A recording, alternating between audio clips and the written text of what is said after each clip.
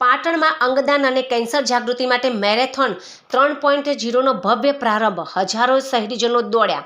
પાટણના શહેરીજનોમાં સ્વાસ્થ્ય પ્રત્યે જાગૃતિ લાવવા અને સામાજિક ઉમદા હેતુ જેવા કે અંગદાન, કેન્સર જાગૃતિ, થેલેસીમિયા અને બ્લડ કેન્સરની સારવાર માટેની સ્ટેમલેસ થેરાપીના પ્રચાર અર્થે આજે રોટરી ક્લબ ઓફ પાટણ અને આસ્થા કિડની હોસ્પિટલ દ્વારા મેરેથોન 3.0નું ભવ્ય આયોજન કરવામાં આવ્યું હતું.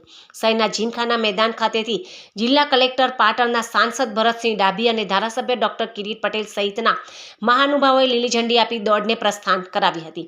આ પ્રસંગે રાજકીય આગેવાનો, તબીબીઓ, વિદ્યાર્થીઓ અને મોટી સંખ્યામાં નગરજનો ઉત્સાહભેર જોડાયા હતા.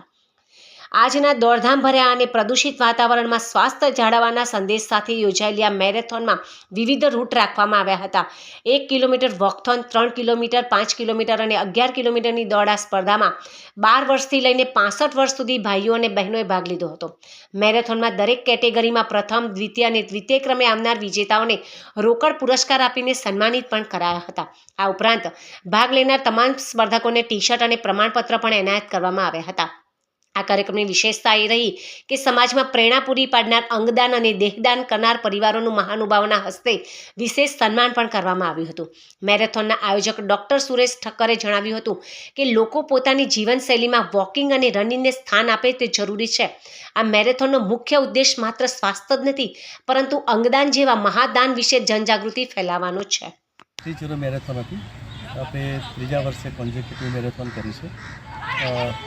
એમાં 2500 પાર્ટિસિપન્ટ હતા. ગુજરાત અને ગુજરાત બહારથી લોકોએ ભાગ લીધેલો.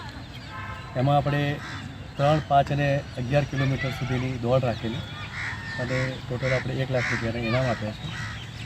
ખાલી આ એક મેરેથોનની સાથે સાથે ફિઝિકલ ફિટનેસની સાથે સાથે આપણે કેન્સર અવેરનેસ અને એક બીજો સબ્જેક્ટ આપણે નવો લીધેલો કે જે દેહદાન અને બોડીદાન, એના માટે થઈને આપણે એ વિષય ઉપર જે લોકોએ આમાં જે બોડીદાન અને દેહદાન કર્યું છે એ લોકોનું પણ સન્માન કર્યું.